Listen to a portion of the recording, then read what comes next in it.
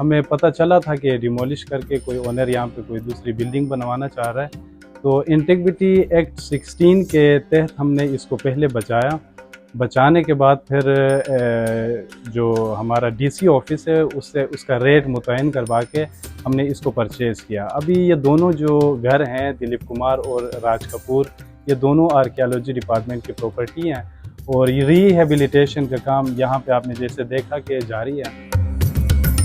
लाहौर से आया हूँ, राज कपूर का ये घर देखने आया हूँ और ये बहुत कीमती असासा है, न सिर्फ पेशावर का बल्कि पूरी दुनिया के लिए। ये एजाज़ की बात है कि दुनिया के बहुत नामी ग्रामी स्टार्स इस खित्ते से इसको जो है रेनोवेट कर रहे हैं दोबारा, और बेहतर है कि इसके लिए पब्लिक के लिए इसको आम किया जाए फिर रिनोवेशन के बाद, ताकि दुनिया के सामने इस खित्ते की और बॉलीवुड की हिस्ट्री सामने आ सके।